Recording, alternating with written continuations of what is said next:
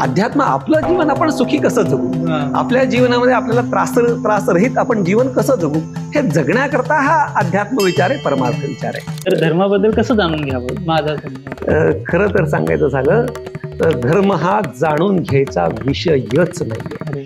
धर्म समजून घ्यायचा असेल तर धर्म समजून घेण्याकरता श्रुतीला, वेदाला, उपनिषदाला, पुढे जाऊन भगवद्गीतेला आणि आता सरते शेवटी जर शरण कोणाला द्यायचं असेल तर ग्रंथराज ज्ञानेश्वरीला आपण शरण गेलं पाहिजे. म्हणून धर्माभिमान जो आहे तो धर्माभिमान जागा ठेवताना आपल्या धर्माच्या विषयी आपली अस्मिता असलीच पाहिजे. आपल्या धर्माला जर कोणी नाव ठेवले तर त्याची जीभ हसडलीच पाहिजे. प्रत्येका कीर्तनकाराने तो ग्रंथ वाचला पाहिजे, पण लोकांच्या कानावर सुद्धा हे नाव नसेल पडलेलं. गुरुला असं वाटतं की शिष्य माझ्यापेक्षा शिरजोर नाही झाला पाहिजे, नाही तर उद्या माझ्याच पोटावर पाय पडेल. आणि शिष्याला असं वाटतं की आता गुरूंच्या इतकं मला येतं आणि हार तुरे माझ्या गुरूंना मला कोणीच विचारत नाही.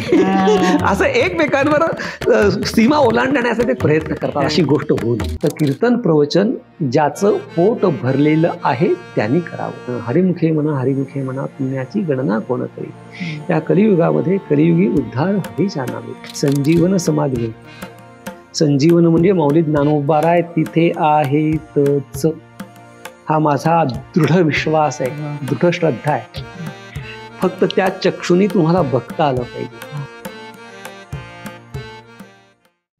बरं, ज्यांच्या विषयी आपण ज्यांच्यासोबत गप्पा करतोय, साधी सोपी गोष्ट नाहीये की ह्या दोन क्षेत्रांमध्ये, एक संसार व्यवहार आणि त्यासोबतच परमार्थ, याच्यामध्ये समान लेवलवर यश प्राप्त करणं आणि त्यासोबतच इतकं डाऊन टू अर्थ राहणं आणि बाहेर व्यावहारिक जगात इतकं यश प्राप्त केल्यानंतर सुद्धा ज्यावेळेस आपण सकाळी येऊन बघतो तर व्यासपीठावर बसून गुरुवर यशोधन महाराज साखरे एक ऋषी परंपरेचं संचालन करत आहेत. त्यांच्या खाली इथं विद्यार्थी बसलेत आणि त्यांना ते जे आपले गूढ ग्रंथ आहेत, वैदिक ग्रंथ आहेत, यांच्याबद्दल माहिती देत आहेत.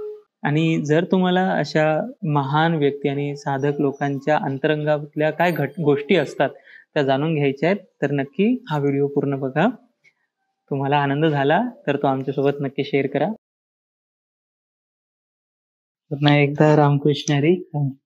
परंपरेच्या आणि तुमच्या श्री गुरूंच्या चरणी नतमस्तक होऊन. तर ऍक्च्युली तेच आहे की आता आपण परंपरा बघितली, गोष्टी बघितल्या की हे कुठून आलंय, आपला अभिमान बघितला. तर तसंच आमच्याकरता काही मार्गदर्शन आम्हाला शंका असतात किंवा ह्याबद्दल अजून माहिती आपण आता ह्या पुढच्या भागात बघूयात. तर तरी सुद्धा कुतूहल अजून सुद्धा इथल्या परंपरा आणि इथल्या काही गोष्टींबद्दल आहेत. जसं एक मूळ प्रश्न मला साधकांनी विचारायला सांगितलं की आपल्या इथं साखरे महाराज मठामध्ये काही परंपरा घालून दिल्यात विद्यार्थ्यांकरता, त्या कशा आहेत, म्हणजे नेमकं इथले नियम काय, तुम्ही ते अनुभवलेच असतील. इथले नियम असे आहेत की कमीत कमी तुम्ही 10वी शिकल्यानंतर इथे आलं पाहिजे. अच्छा. म्हणजे इथे राहायचं आणि शाळा शिकायची असं इथे चालत नाही. म्हणजे बऱ्याच संस्था अशा आहेत की पहिली दुसरीत मुलं असतात ती इथे राहतात आणि ते शाळेला जातात, तसं चालत नाही इथे. तर इथे येताना कमीत कमी तुम्ही 10वी पास असले पाहिजे.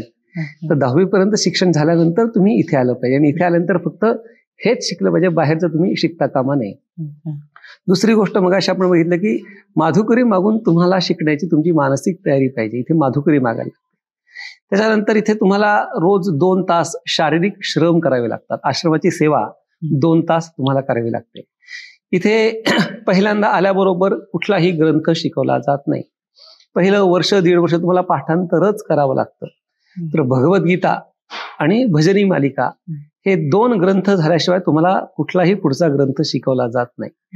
पुढचा ग्रंथ शिकवताना आता इथली महत्वाची गोष्ट, आश्रमामध्ये आम्ही कीर्तन शिकवत नाही. पहिला नियम की आश्रमात कीर्तन शिकवलं जात नाही. गुरुवर महाराज जर कोणी इथे आला तर गुरुवर महाराज त्यांना विचारायचं तुला काय शिकायचं, तर प्रत्येक जण आळंदीला 90% लोक ब्रह्मज्ञान किंवा देवप्राप्ती करता येणारा खूप अपवादात्मक वर्ग आहे, खूप अपवादात्मक. पण आळंदीला येणारा जो वर्ग आहे तो प्रत्येक जण कशा करता येतो, कीर्तन शिकण्याकरता येतो. तर गुरुवर महाराज त्याला विचारायचे कोणाला आल्यानंतर की तू काय शिकायचं तुला, तर प्रत्येक जण सांगायचं मला कीर्तन शिकायचंय. तर गुरुवर्य महाराज सांगायचे आमच्याकडे कीर्तन शिकवलं जात नाही. ज्याला ग्रंथांचं अध्ययन करायचं त्यांनीच इथे राहावं. कीर्तन वगैरे हे गौण विषय आहेत, अवांतर प्रयोजन आहे. म्हणजे ग्रंथ समजून घेणं हे मुख्य प्रयोजन आहे आणि कीर्तन प्रवचन करणं हे अवांतर प्रयोजन आहे, ज्याला आपण इंग्रजीत सांगायचं तर बाय प्रॉडक्ट आहे. मुख्य प्रॉडक्ट काय, तर प्रॉडक्ट म्हणजे उदाहरणाकरता सांगितलं, प्रॉडक्ट हा विषय येत नाही. मुख्य ध्येय काय, तर ग्रंथ समजावून घेणं. ते ग्रंथ समजून घेऊन त्यामध्ये सांगितलेली तत्व आपल्या आयुष्यामध्ये उतरवणं, त्याचं आचरण करणं हे मुख्य ध्येय. आणि अवांतर ध्येय काय, कीर्तन प्रवचन हे अवांतर ध्येय. म्हणून आश्रमामध्ये ज्याला शिकायचंय त्याच्याकरता तीर्थरूप गुरुवर्य महाराज सांगतात, कीर्तन प्रवचन शिकायचं असेल तर तू आमच्याकडे येऊ नकोस. तुला जर ग्रंथ समजून घ्यायचा असेल, ग्रंथामध्ये सांगितलेलं तत्वज्ञान जर तुला उमजून घ्यायचं असेल, तुझ्या जीवनामध्ये जर तुला ते बाळवून घ्यायचं असेल, तर तू आश्रमामध्ये त्याचं अध्ययन कर. अध्ययन करत असताना इथे वारकरी संप्रदायामधलाच विद्यार्थी असला पाहिजे. त्यांनी इथे वारकरी झालं पाहिजे. वारकरी जर नसेल तर त्यांनी हे अध्ययन करू नये, असं तिथं बंधन आहे आपल्याकडे. म्हणजे वारकरी तुम्ही झालं पाहिजे. हे जर शिकायचं असेल तर तुम्ही वारकरी संप्रदायाची मानली सांगितलेली तत्व ती सगळी तुम्हाला मान्य असली पाहिजे. म्हणजे 10वी झालेलं पाहिजे, त्याला या मूळ ग्रंथांचं अध्ययन करायची मनामध्ये ओढ पाहिजे. त्याच्यानंतर तुमची माधुकरी मागण्याची तुमची तयारी असली पाहिजे. आणि पुढे जाऊन हे जे काही तुम्ही इथे तत्वज्ञान शिकाल, या तत्वज्ञानाचा उपयोग तुम्ही उपजीविके करता करता कामा नये. तुम्ही इथे शिकाल आणि शिकल्यानंतर कीर्तन प्रवचनाला जाल आणि त्यातनं तुमची उपजीविका कराल तर हे चालणार नाही. निरपेक्ष बुद्धीनी, गुरुकार्य बुद्धीने तुम्ही कीर्तन प्रवचन आदी कार्यक्रम केले पाहिजेत. या नियमानुसार जर तुम्हाला राहायचं असेल तर इथे राहा, असं तीर्थरूप गुरुवर्य महाराज अत्यंत कडक शब्दामध्ये सांगायचे. म्हणून तर इथं आमच्याकडे मुलांचं प्रमाण 200 आणि 500 नाही, आमच्याकडे आश्रमात एक 10-15 मुलं जास्तीत जास्त. कारण की कडक नियम आहेत. इतके कडक नियम आहेत की तुम्ही जर आश्रमात राहत असाल तर तुम्ही आळंदीमध्ये माऊलीच्या दर्शनाला सुद्धा जायचं नाही, आश्रमातच राहायचं, बाहेर जायचं नाही. बापरे. तुम्ही इथे आपल्यासमोर माऊलींच्या समाधी पादुका आहेत, त्यांचं दर्शन घ्या. तुम्ही आळंदीत जायचं नाही. कारण की बाहेर गेल्यानंतर होणारे संस्कार, त्या संस्काराने होणारा तुमच्या मनावर परिणाम तो अत्यंत घातक आहे. म्हणून या कंपाऊंडच्या बाहेर तुम्ही जायचं नाही. इथेच तुम्हाला काय पाहिजे ते अध्ययन करायचं, जायचं तर फक्त माधुकरी करता बाहेर जायचं. अशा कडक नियमांमध्ये इथं तीर्थरूप गुरुवर्य महाराजांनी मुलांना शिकवलं आणि घडवलं. किती वर्ष असं तुम्ही थांबू शकता किंवा त्याला काय असंही नाही? आता इथं कसं मर्यादा नाहीये शिकण्याकरता. म्हणजे 2 वर्ष, 4 वर्ष, 5 वर्ष नाही. तुम्हाला जोपर्यंत राहायचंय तेव्हापर्यंत तुम्ही राहा. तुम्हाला जोपर्यंत असं वाटत नाही की माझं शिक्षण पूर्ण झालं, खरं तर शिक्षण पूर्ण हे कधी होतच नाही, पण तुम्हाला जोपर्यंत वाटतं तोपर्यंत तुम्ही इथे राहा. म्हणजे इथे जी गुरुवर्य महाराजांकडे मुलं राहिली ती 18-18, 20-20 वर्ष त्यांनी इथे अध्ययन केलं. म्हणजे अनेक मुलं अशी आहेत, कमीत कमी माझ्या बघण्यामध्ये 50-100 मुलं अशी आहेत की ज्यांनी इथे 10-10, 12-12 वर्ष, 18-18 वर्ष अध्ययन या आश्रमामध्ये केलंय. अशी मुलं आहेत. म्हणजे विशिष्ट कालमर्यादा नाही, काही विशिष्ट अभ्यासक्रम नाही. तुम्ही या, पाठ चालेल. इथं परीक्षाही होत नाही आश्रमामध्ये. म्हणजे आश्रमामध्ये असा काही विशिष्ट अभ्यासक्रम नाही, विशिष्ट कालमर्यादा नाही, विशिष्ट परीक्षा नाही. परीक्षा रोज, अनुवाद करणं ही रोजची परीक्षा. उद्याच परीक्षा, रोजच्या रोज. कंटिन्युअस टेस्टिंग, कंटिन्युअस एक्झामिनेशन, असं सतत परीक्षा चालू आहे. पण असं एक म्हणजे गुरुकुल पद्धतीने जे म्हणतात ना, त्या पद्धतीने आश्रमामध्ये अध्ययन चालतं. ही गोष्ट म्हणजे आता मी अनुभवली, बघितली थोड्या वेळात, की एकतर मार्कंडेय संन्यास आश्रमात तिथं म्हातारे 80 वर्षाचे असो की 50 वर्षाचे असो, जे साधू असतात त्यांना 1 तास 2 तास सेवा असायची. आणि इथं आल्यापासून पण बघतोय, तुम्ही स्वतः महाराज, तुम्ही स्वतःची कामं किंवा असं बघत नाही की कोणीतरी येईल आणि मगच होईल. आणि चिदंबर महाराज पण, श्री गुरु, ते पण आल्यापासून मी झाडू मारताना वगैरे बघितलं. तर ही गोष्ट तुम्ही असं इतका, हे असा अवडंबर का नाही आलं याच्या माग? आता ठीक आहे, तर ते स्वभाव आहे तो काही, त्याच्यामध्ये विशेष आम्ही प्रयत्नपूर्वक गंमत सांगतो तुम्हाला. आता ते तुम्ही विषय काढला म्हणून, तर सहज साधेपणा हा सहजतेने असला पाहिजे. लोकांना दाखवण्याकरता ह्याच्यात काहीच नाही. हे मूळतः स्वभावतः परंपरेने अंगभूत या गोष्टी आलेल्या आहेत. त्या सहजतेने चालू असतात. त्याच्यामध्ये काही मुद्दाम दाखवण्याकरता हे गोष्ट नाही, हे परंपरेने आलंय, वाडवडलार्जित आहे, ज्याला आपण जीन्स मध्ये म्हणतो. तीर्थरूप गुरुवर महाराज सुद्धा रोज नांगर हाकायचे शेतामध्ये, बैल धरून रोज नांगर हाकायचे रोज, आणि रोज शेतामध्ये गुरुवर महाराज काम करायचे, आणि काम करून सुद्धा हे सगळा प्रपंच व्यवस्थित सगळं करायचे. म्हणजे कीर्तन, प्रवचन, लिहिणं, विद्यापीठ हे पातळी, अनेक लोकांना शिकवणं, मार्गदर्शन करणं, या सगळ्या गोष्टी करताना कर्म महाराजांनी सोडलं नाही. म्हणजे आणि एक गोष्ट तुम्ही जे आता सांगितली थोड्या वेळापूर्वी, तिथेही एका विद्यार्थ्याने त्याचा उल्लेख केला की तुम्ही काहीतरी तुमच्याकडनं चूक झालं होतं. आय थिंक विचार सागर रिलेटेड काहीतरी चुकलेलं, की तीच गोष्ट तुम्ही सांगितली. 1.5 वर्ष नाही शिकवलं. हो हो, अनुवाद नाही केला तर शिकवलं नाही 1.5 वर्ष. अनुवाद, अच्छा.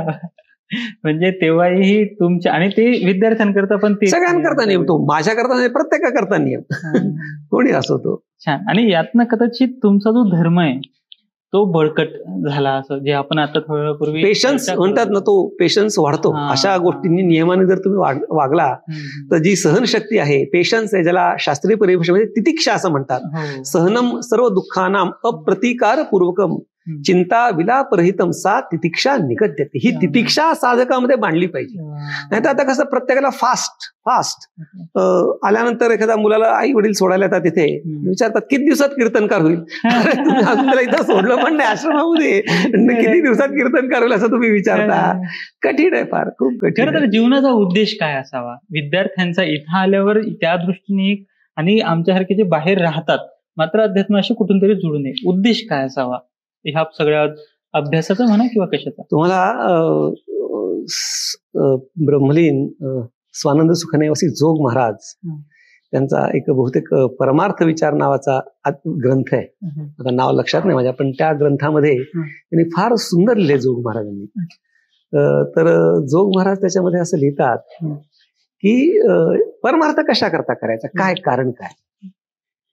तर त्याच्यामध्ये त्यांनी फार सुंदर सांगितलंय की आपल्याला जर काही अनुकूल गोष्ट घडली तर आपल्याला आनंद होतो, आणि आनंद इतका होतो की आपण हवेत जातो. आणि कधी काही दुःखदायक काही गोष्टी घडली तर आपण फार त्याला लॅप्स होतो, फार अगदी धाराशाही होऊन जातो. काय करणे, आता जगत नाही वगैरे वगैरे वगैरे, बऱ्याच म्हणजे आता जगामध्ये चाललंय ते. म्हणजे आपल्याला अनुकूल गोष्टीपासून प्राप्त होणारं सुख तेही आपल्याला सहन होत नाही. सुख पचवावं लागतं बरं का. ज्याप्रमाणे दुःख पचवावं लागतं त्याप्रमाणे सुखही पचवावं लागतं. आणि सामान्यतः आपण आपल्या आयुष्यामध्ये आपण जर विचार करायला गेलो तर आपण सुखालाही योग्य पद्धतीने सामोरं जात नाही. सुख झालं, आनंद झाला की आपण एकदम हवेत जातो, 7वे आसमान ज्याला म्हणतात हिंदी, तसं जातो आपण. आणि दुःख झालं, काही प्रतिकूल घडलं, थोडस आई म्हणली की तुला का केलं नाही, लॅप्स होऊन जातो. मग हे असं खालीवर खालीवर खालीवर आपलं जीवन रोज, त्याला पूर्वीच्या शब्दात रहाट गाडगं म्हणतात, तर खालीवर खालीवर खालीवर सतत चालू आहे. म्हणजे तेजी मंदी जीवनामध्ये सततची चालू आहे. मग हे परमार्थ काय? तर आनंदाला आणि दुःखाला तोंड देताना चित्ताचा जो समतोल आहे, त्याला आपण इंग्रजीमध्ये बॅलन्स म्हणतो, बॅलन्स ऑफ माइंड.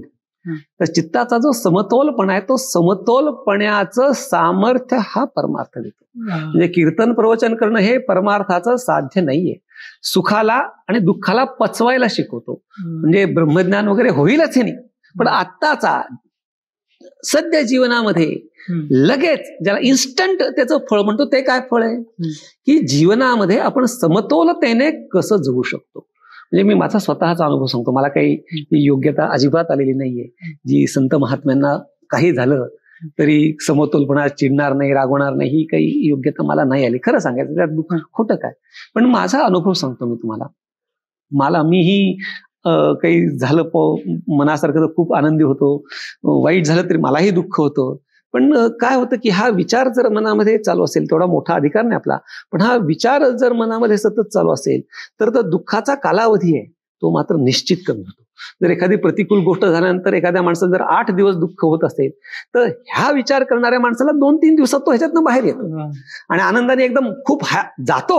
पण जेवढं सामान्य माणूस जातो तेवढा हा विचार करणारा माणूस जात नाही, असा माझा स्वानुभव आहे. म्हणजे मी परिपूर्ण त्या अवस्थेला प्राप्त अजिबात झालो नाही. माझं ध्येय जीवनाचं काय आहे ती मला अवस्था प्राप्त झाली पाहिजे, हे माझ्या जीवनाचं ध्येय आहे. पण अजून तरी मी तिथपर्यंत पोहोचलो नाही. पण होणारा जो परिणाम आहे, त्या परिणामाचा जो कालावधी आहे, ज्याला आपण इंग्रजीमध्ये पिरियड म्हणतो, तो मात्र बऱ्याच प्रमाणामध्ये कमी होत असतो. म्हणून हे कशा करता करायचं, तर आपल्याला जीवन समतोलतेने जगता आलं पाहिजे. दुःखात सुखात कशातही बुडायचं नाही, समतोलपणे आपण जीवन जगता आलं पाहिजे.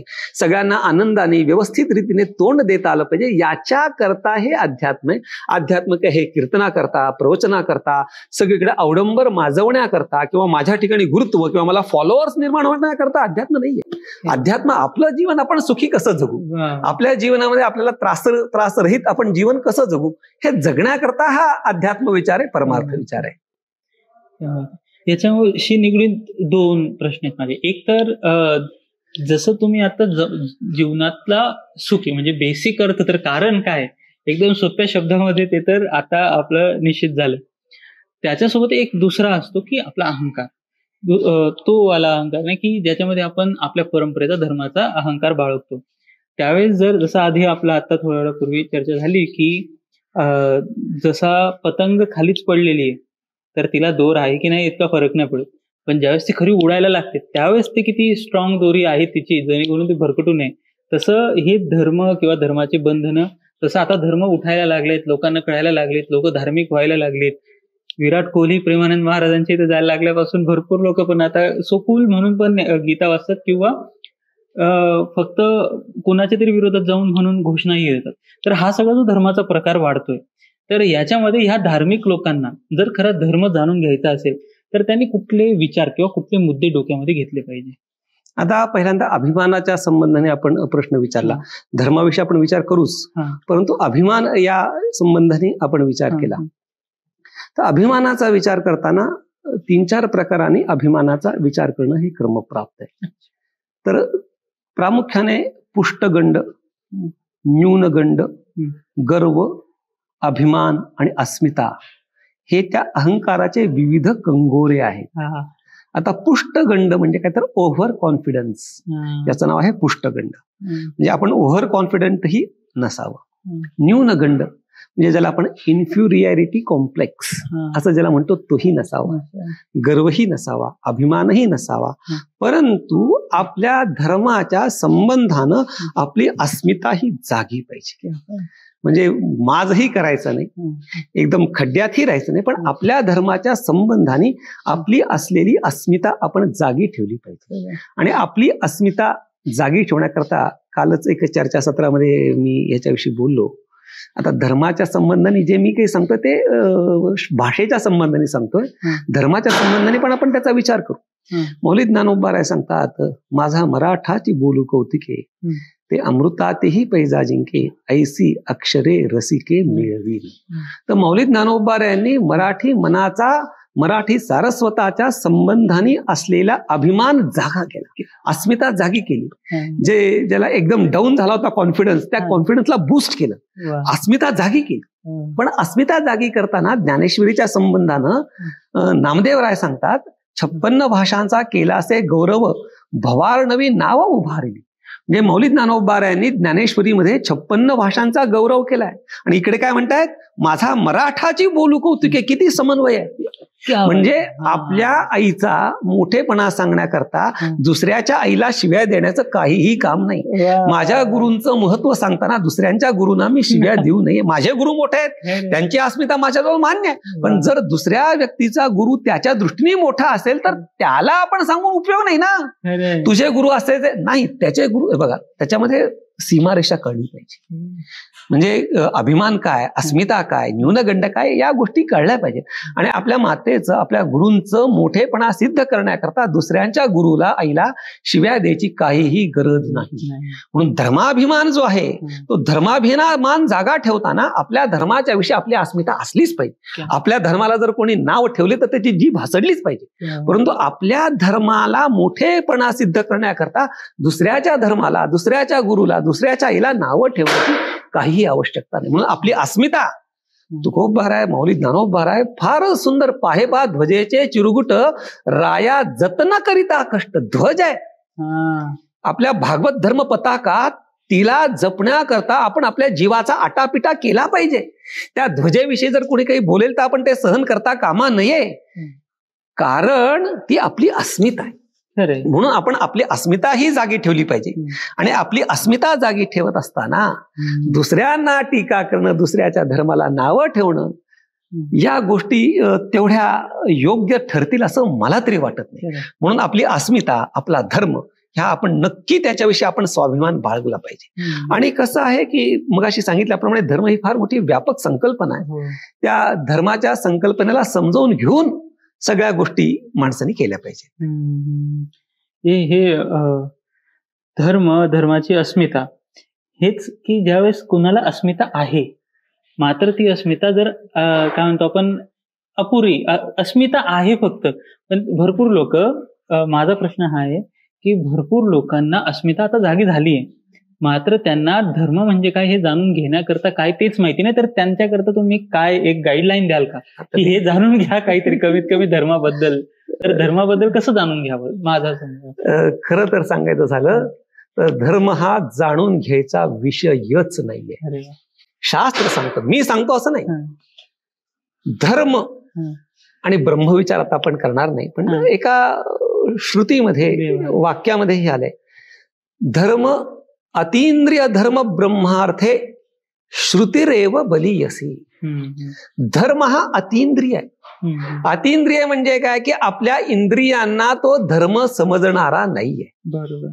ब्रह्म सुद्धा कसं आहे, अतींद्रिय, ते आपल्या इंद्रियांना समजणारं नाहीये. धर्म समजून घ्यायचा असेल तर धर्म समजून घेण्याकरता श्रुतीला, वेदाला, उपनिषदाला, पुढे जाऊन भगवद्गीतेला, आणि आता सरते शेवटी जर शरण कोणाला द्यायचं असेल तर ग्रंथराज ज्ञानेश्वरीला आपण शरण गेलं पाहिजे. म्हणून धर्म जर समजून घ्यायचा असेल तर धर्म समजून घेण्याकरता मी काय ते धर्म सांगण्याचा अधिकार माझा नाहीच आहे. धर्म सांगण्याचा अधिकार पहिला श्रुतीचा आहे, धर्म सांगण्याचा दुसरा अधिकार उपनिषदांचा आहे, तिसरा अधिकार भगवद्गीतेचा, आणि आत्ताच्या सांप्रत कालामध्ये धर्म सांगण्याचा अधिकार ग्रंथराज ज्ञानेश्वरीला आहे. मौली ज्ञानोबा राय सांगतात, ज्ञानेश्वरी म्हणजे काय, किंबहुना तुमचे केले धर्म कीर्तीना सिद्धी नेले येरते उडले पायी कपण. ज्ञानेश्वरी म्हणजे काय, धर्म कीर्तन आहे. आपल्या अंतःकरणामधला धर्म जागृत करणारा ग्रंथराज म्हणजे ज्ञानेश्वरी आहे. म्हणून धर्म तो काय आहे हे जर समजून घ्यायचं असेल तर आपण ग्रंथराज ज्ञानेश्वरीला शरण गेलं पाहिजे. आणि ग्रंथराज ज्ञानेश्वरीमध्ये आपल्या स्वधर्माच्या विषयी बराच विचार सांगितलेला आहे. माऊली ज्ञानोबा राय, जगद्गुरु तुकोबा रायांनी फार सांगितलेलं आहे की स्वधर्मे निधनम श्रेयः परधर्मो भयावह. किंवा जगद्गुरु तुकोबा राय सांगतात, स्वामी काज गुरु भक्ती पितृवचन सेवापती हेची विष्णूची महापूजा आन भाव नाही तुझा. तया सर्वात्मका ईश्वरा स्वकर्म कुसुमांची वीरा पूजा केली होय अपारा तोषा लागे. असा धर्माचा बराच विस्तार सांगितलाय. थोडासा आपण याचा महत्वाचा तुम्ही प्रश्न विचारलाय म्हणून थोडासा मी याचा विस्तार करतो. तर स्वकर्म करणं, कर्मे ईशू भजावा, म्हणजे धर्माने जर वागायचं असेल तर स्वतःच जे कर्म आहे ते कर्म ईश्वरार्पण बुद्धीनं करणं हीच त्या भगवंताची पूजा आहे. म्हणजे काय, तर स्वामी काज. तर स्वामी काज म्हणजे काय, तर स्वामी म्हणजे मालक, काज म्हणजे काम. जो नोकर आहे त्या नोकरानं स्वामीचं काम करणं हा त्याचा धर्म आहे. आता हे लोकांना सांगावं लागतं. आता अनेक ठिकाणी मोर्चे निघतात, संप होतो. का, तर त्या नोकराला स्वामीचं काम करावं असं वाटत नाही. आता तुम्हाला एक खरं सांगू गोष्ट, आता तुम्ही त्या क्षेत्रात काम करता, तुम्ही व्यावसायिक आहे, मी सुद्धा व्यावसायिक आहे, आणि मी सुद्धा कामही केलेलं आहे. आणि नोकरी केली त्यांनी व्यवसाय करावा, कारण की नोकराला काय त्रास होतो त्याला नोकरी करायला कळलं असतं. तर आता खूप वाद चाललाय. अगदी इन्फोसिस पासनं LNTचे सगळे जे मोठे मोठे लोक आहेत 70 तास 90 तास असा खूप वाद चाललाय, मोठमोठे. पण एक खरं सांगू का, आपल्या जेवढा पगार आहे तेवढं तरी काम केलं पाहिजे. आणि आपल्याला कळतं आपला पगार किती आणि आपण पगारानुसार काम करतो का नाही. म्हणून कामगाराचा धर्म काय की स्वामीचं काम करणं, किती पगार दिला तेवढं तरी काम करणं हा नोकराचा धर्म आहे. धर्म म्हणजे ग्रंथ बघायची गरज नाहीये. जेवढा आपल्या मालकाने आपल्याला पगार दिलाय तेवढं आपण काम करणं हा कोणाचा धर्म आहे, नोकराचा धर्म. आता थोडासा ह्याचा अंतरंग अर्थ सांगतो. तर स्वामी म्हणजे ईश्वर, आणि ईश्वराचं जे मनोगत आहे तर ईश्वराचं मनोगत काय, श्रुती स्मृती ममई वाज्ञा. श्रुती आणि स्मृती या माझ्या आज्ञा आहेत. म्हणून भगवंताच्या ज्या श्रुती स्मृती रूप आज्ञा आहेत त्याप्रमाणे आपण आपलं कर्म करणं हा एक पहिला धर्म. म्हणून स्वामी काज. पुढे गुरुभक्ती. गुरुभक्ती म्हणजे गुरूंची भक्ती करणं, गुरूंची आज्ञेचं परिपालन करणं हा शिष्याचा धर्म आहे. सहना भवतु सहनौ भुनक्तु सह वीर्यं करवावहि तेजस्विनावधी तमस्तु मा विद्विषावहि ओम शांती शांती शांती. उपनिषदामध्ये हा काय शिष्याचा आणि गुरुचा धर्म सांगितलेला आहे. एक अर्थ सांगाल सरळ? त्याच्यामध्ये बराच भाव आहे, थोडक्यात सांगतो. तर आमचं रक्षण व्हावं, आमच्याकडनं अध्ययन घडावं, आमचं जे अध्ययन आहे ते तेजस्वी व्हावं. आणि सर ते शेवटी सांगतात आमच्यामध्ये भांडण होऊ नये. कोणामध्ये? गुरु शिष्यामध्ये. म्हणजे गुरु आणि शिष्य दोघांचा संवाद आहे ना. भेदभाव होऊ नये, भांडण होऊ नये, आम्ही एकमेकांचा द्वेष करू नये. अरे म्हणजे काय एक नियम आहे की निषेध हा प्राप्तीपूर्वक आहे. म्हणजे तू इथली वस्तू घेऊ नको असं आपण कधी म्हणतो जेव्हा त्यांनी पूर्वी घेतली असेल तेव्हा ना. कोणी जर वस्तूला हातच लावत नसेल तर घेऊ नका असं म्हणायचं गरज नाही. म्हणजे द्वेष होण्याची शक्यता आहे. कोणामध्ये? गुरु शिष्यात. आणि किंवा झाला असेलही म्हणून गुरु शिष्यामध्ये भांडण होणे अशी प्रार्थना आहे. एकमेकांचा द्वेष करू नये. का? त्याचं कारण सांगतो की जेव्हा तुम्ही आता एक साधकांकरता तुम्ही ही आपण पॉडकास्ट करतोय, गप्पा मारतोय, तर साधकांकरता सगळ्यात महत्वाचा ग्रंथ कोणता असेल तर चिरंजीव पद. शांती ब्रह्मनाथ महाराजांनी 42 ओव्यांचा चिरंजीव पद नावाचा ग्रंथ लिहिलाय. तो ग्रंथ प्रत्येका साधकाने वाचला पाहिजे. प्रत्येका कीर्तनकाराने तो ग्रंथ वाचला पाहिजे. पण लोकांच्या कानावर सुद्धा हे नाव नसेल पडलेलं चिरंजीव पद, अशी अवस्था आहे. तर त्याच्यामध्ये काय गंमत होते की द्वेष होऊ नये म्हणजे काय नेमकं? तर गुरुला असं वाटतं की शिष्य माझ्यापेक्षा शिरजोर नाही झाला पाहिजे, नाही तर उद्या माझ्याच पोटावर पाय पडेल. आणि शिष्याला असं वाटतं की आता गुरूंच्या इतकं मला येतं आणि हार तुरे माझ्या गुरूंना मला कोणीच विचारत नाही.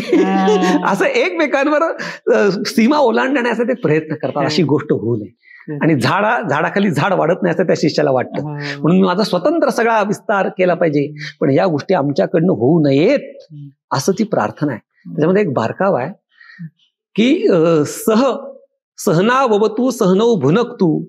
आमचं रक्षण व्हावं. कोणी करावं? तर आम्ही दोघं दुसऱ्या तिसऱ्याने रक्षण करण्याची गरज नाही. आम्ही दोघं जर सह राहू, आम्ही दोघं जर बरोबर राहू तर आमचं रक्षण होणारच आहे. आमच्या दोघांचं साहचर्य, आमच्या दोघांच्या मनामध्ये असलेले एकमेकांविषयी प्रेम हेच आमचं रक्षण करणार आहे. आमच्या दोघात भांडण लागलं तर आम्हाला दुसरा कोणी नष्ट करणारा नकोय.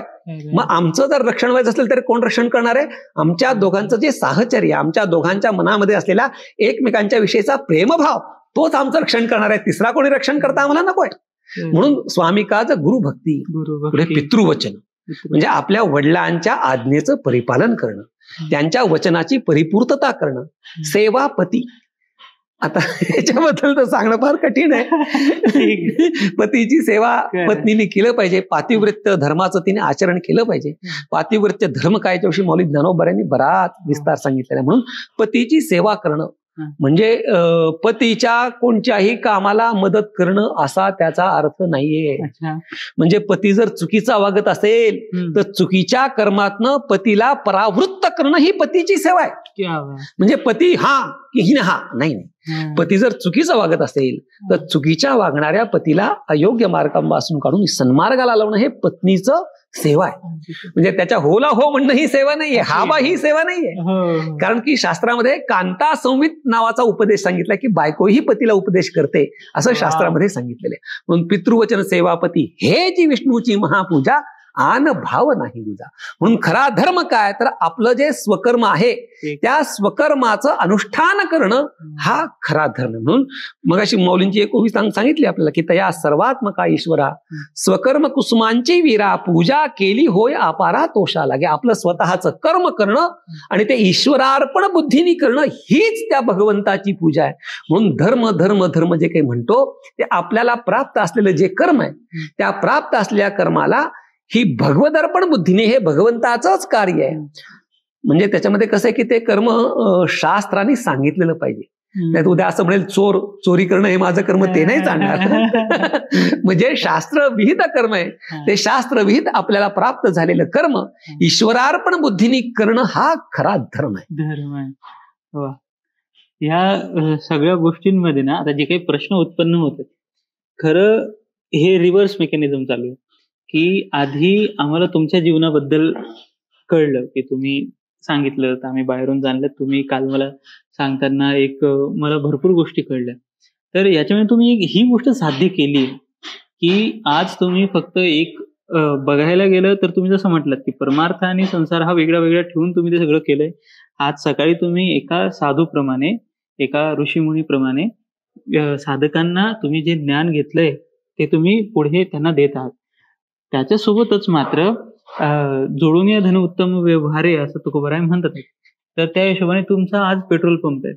तुम्ही आज मोठ्या कॉलेजेसमध्ये शिकवतात, मोठ्या मोठ्या बॉडीजवर आहात. म्हणजे ह्या सांसारिक किंवा लौकिक दृष्ट्या सुद्धा तुम्ही जे कदाचित हे कर्म परफेक्ट केलं म्हणून तुम्ही तिथपर्यंत पोहोचलात. तुम्हाला मगाशी मी सांगितलं की आपण जर चांगलं वागलो तरच आपल्याकडनं या गोष्टी घडतात. आपण जर वाईट वागलो तर या गोष्टी घडत नाहीत. म्हणजे सन्मार्गाने जर आपण, आणि कसं तुम्ही फार महत्वाचं आहे, जोडून या धन उत्तम व्यवहारे उदास विचारे वेच करी. पैसा कमवायला फारशी अक्कल लागत नाही, पैसा खर्च करण्याकरता अक्कल लागते. पैसा मिळवताना फक्त एकच नियम आहे, काय? जोडून या धन उत्तम व्यवहारे. जे शास्त्र सांगतं ते शास्त्राने सांगितल्याप्रमाणे तुम्ही ते धन त्याचं अर्जन केलं पाहिजे. त्याच्यात जास्त नाही, हे आहे या मार्गाने तुम्ही करा. ज्याला आपण सनदशीर मार्गाने म्हणतो, तर सनदशीर मार्गाने आपण पैसा कमवला पाहिजे. पण खर्च करताना उदास विचारे वेच करी. त्याच्यामध्ये कोणत्याही प्रकारची उदास म्हणजे रडत नाही, उदासीनत म्हणजे अटॅचमेंट न ठेवता आणि विचारपूर्वक तो खर्च केला पाहिजे. म्हणजे कमवण्याला थोडंसं डोकं कमी लागतं, पण खर्च करण्याकरता डोकं मात्र जास्त लागतं. उदासीनतेनेही तो खर्च केला पाहिजे आणि विचारपूर्वकही तो खर्च केला पाहिजे. म्हणून कसं आहे की धन अर्जन करण्याची शुचिता आपण सांभाळली पाहिजे. त्या शुची मार्गाने जर आपण धन अर्जन केलं तरच ते धन आपल्याला उपयोगाचं आहे. तुम्हाला गंमत सांगतो. धर्म, दुसरा पुरुषार्थ आहे अर्थ, तिसरा आहे काम आणि चौथा आहे मोक्ष. तर अर्थार्जन आणि काम हे पुरुषार्थ आहे. काय अर्थ म्हणजे पैसा कमवणं, हाही पुरुषार्थ आहे, आणि काम हाही पुरुषार्थ आहे. कसं काय होऊ शकेल? श्रीमदाद्य शंकराचार्य सांगतात, अर्थम अनर्थम भावय नित्यम.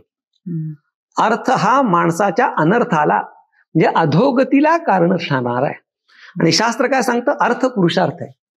मग अर्थ हा अनर्थाला नेणारा आहे का अर्थ हा पुरुषार्थ आहे?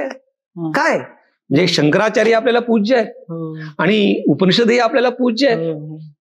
म्हणजे अर्थ हा पुरुषार्थ आहे का अनर्थाला नेणारा आहे? तर त्याच्यामध्ये बारकावा असा आहे की शास्त्रामध्ये एक दृष्टांत आलेला आहे.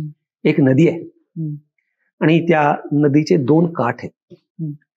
एका काठाचं नाव आहे धर्म आणि दुसऱ्या काठाचं नाव आहे मोक्ष. आणि त्या 2 काठामधून नदीचा प्रवाह वाहतोय. आणि तो प्रवाह कशाचा आहे? अर्थाचा आणि कामाचा. नदी जर तिच्या 2 काठांमधून प्रवाहित राहिली तर ती आनंददायी आहे, सुखदायी आहे, आपलं कल्याण करणारी आहे. पण उद्या जर त्या प्रवाहाने दोन्ही काठ ओलांडले तर ती विध्वंस होते.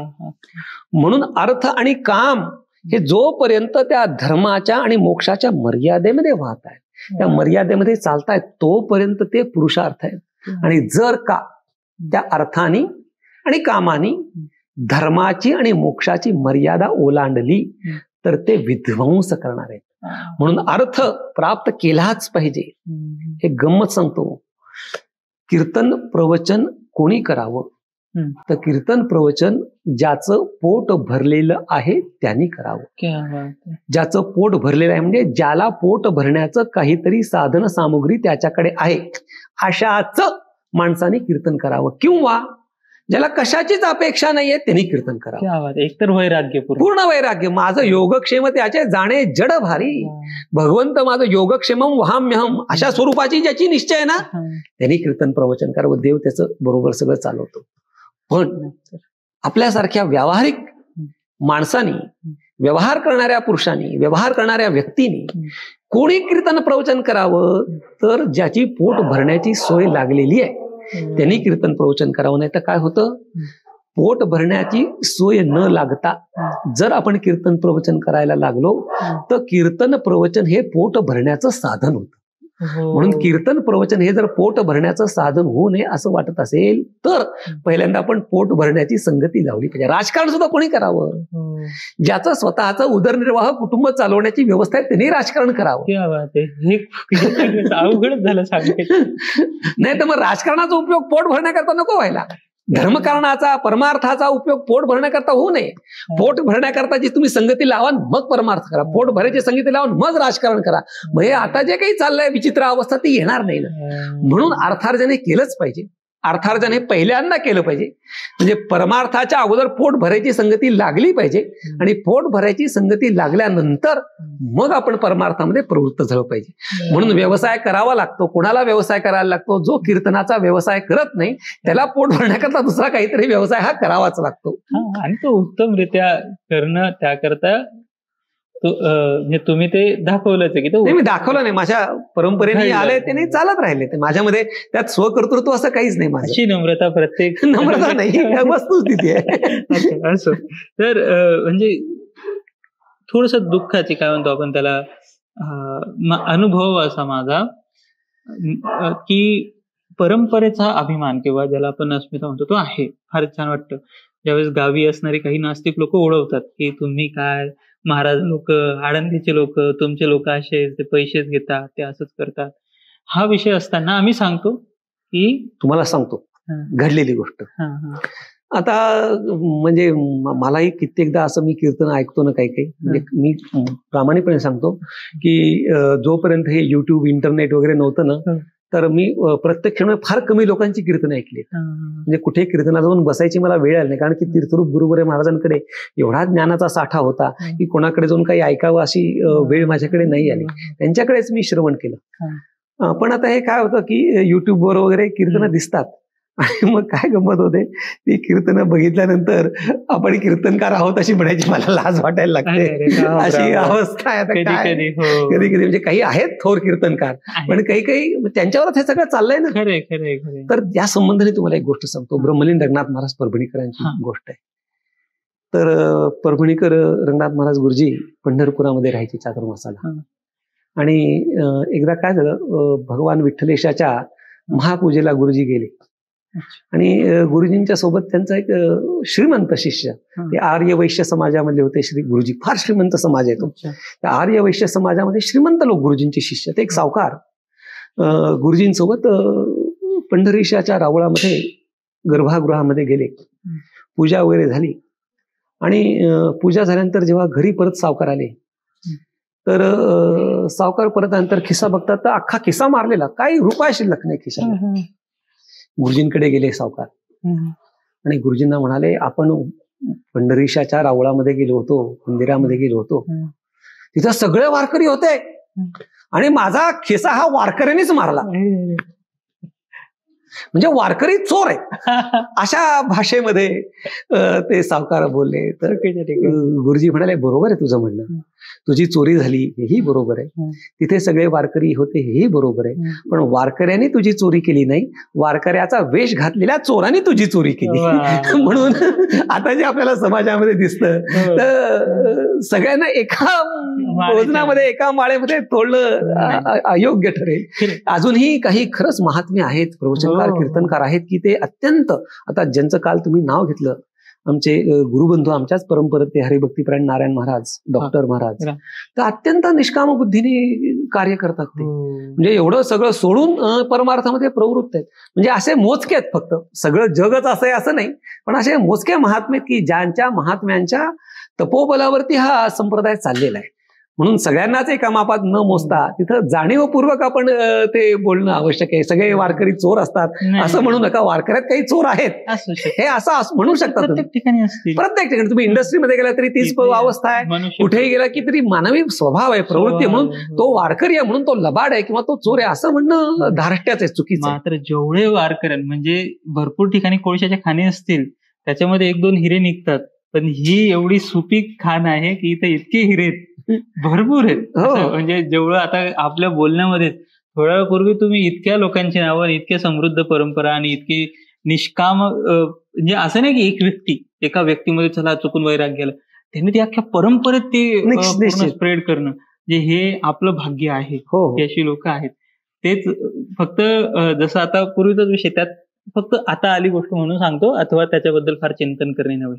तर हे होऊ नये याच्याकरता मग याच्यानंतर तुम्ही आम्हाला नियमावली काय कीर्तनकारांची ती एकदा सांगावी ही प्रार्थना. त्याआधी मी फक्त माझा अनुभव सांगतो. माझे मामा आळंदीत कीर्तनाला आले गावाकडनं, आणि ते जे कीर्तनकार महात्मे होते ते म्हटले कीर्तनकारांनी पैसे घेऊ नये, नाहीतर आपले कीर्तनकार पैसे वगैरे घेतात किंवा असं करतात. त्याच्यानंतर मामा मला येऊन सांगतात, म्हणे हे महाराज सांगत होते तुम्हाला माहिती का, म्हणे यांनी आताच 50,000 बुक केलंय पुढचं कीर्तन. असो, जगामध्ये काय चाललंय त्याच्याबद्दल आपल्याला हे असो, हे होऊ नये याकरता जे समृद्ध परंपरेत तुम्ही आला आहात, ज्या गादीवर आहात, त्या हिशोबाने एक अधिकारवाणी तुम्ही मार्गदर्शन काय करू पाल काय, किंवा संतांनी काय लिहून ठेवलंय, कीर्तनकाराने कसं वागावं, किंवा कीर्तनकाराची कीर्तनाचे परंपरेचे नियम काय. कीर्तनाचे परंपरा पहिल्यांदा सांगू का. कीर्तन ही ज्याला कोणी करावं, तर ज्याला भगवंताची अनुभूती आलेली आहे त्यांनीच कीर्तन करावं. त्या गणिताने जर आपण बघायला गेलो तर माझा सुद्धा कीर्तन करण्याचा अजिबात अधिकार नाही. भगवंताचा ज्याला साक्षात्कार झालाय, भगवंताची ज्याला अनुभूती आली, त्यांनीच कीर्तन केलं पाहिजे. जे कोणी असे निवडक महात्मे या जगामध्ये असतील त्यांचाच कीर्तन करण्याचा अधिकार आहे. मला अजूनपर्यंत तरी भगवंताचा अनुभव आलेला नाही, आणि त्यामुळे माझाही कीर्तन करण्याचा अधिकार नाही. पण नियमावली काय आहे ते मी आपल्याला सांगतो. तीर्थरूप गुरुवर महाराज नेहमी सांगायचे की नय, विनय आणि अभिनय या 3 गोष्टी कीर्तनकाराजवळ असल्या पाहिजे. कीर्तनकारामध्ये त्याने तत्वज्ञान, अहोनिया ग्रंथ करावे कीर्तन. कीर्तन करण्याच्या पूर्वी तुमचं काहीतरी अध्ययन झालेलं पाहिजे. आता जे कीर्तनकार आहेत, पूर्वीचं सांगतो कशी कशी ही कीर्तनकारांची परंपरा बदलत गेली. तर पूर्वी ज्यांनी जीवन या परमार्थामध्ये घातलंय असेच लोक कीर्तन करायचे. मग थोडंफार अध्ययन करणारे ते कीर्तन करायला लागले. पुढे जाऊन एक कीर्तन मालिका नावाचा ग्रंथ सगळीकडे मिळतो. ती कीर्तन मालिका घ्यायची, त्यातलं कीर्तन पाठ करायचं आणि कीर्तन करायचं, अशी पुढे परंपरा चालू झाली. आता जाऊन युट्यूब वरती कीर्तन बघायचं आणि कीर्तन करायचं, अशी पद्धत सुरू झाली आहे. म्हणून कमीत कमी चांगला अभ्यास केल्यानंतरच, पहिलं तर अनुभवानंतर कीर्तन केलं पाहिजे. जाऊ द्या, अभ्यासानंतर कीर्तन केलं पाहिजे. म्हणजे कीर्तन करायचं असेल तर तुम्हाला तत्वज्ञान अत्यंत महत्वाने लक्षात आलं पाहिजे.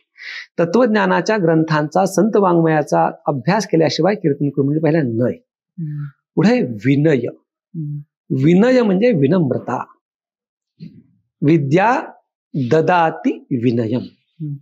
सुभाषित आहे की विद्येने विनम्रता प्राप्त होते. म्हणजे विद्या, खरं जर ज्ञान मिळालं तर विनम्रता आपोआप येते. विद्येबरोबर विनम्रता फ्री, एकावर एक फ्री जसं म्हणतो तसं खरं जर विद्या आपल्याला मिळाली तर विद्येबरोबर विनम्रता आपोआप येते.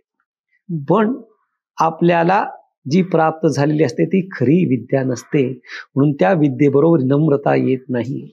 अल्पविद्यापरी गर्व शिरोमणी मजहुनी ज्ञानी कोण आहे, अशी आपली अवस्था आहे सामान्य माणसांची.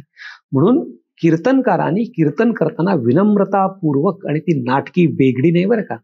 तुम्हाला एक गंमत सांगतो की जो माणूस कामापेक्षा जास्त विनम्र असतो त्याच्यापासून आपण सावध राहिलं पाहिजे. ती विनम्रता ही साहजिक विनम्रता पाहिजे.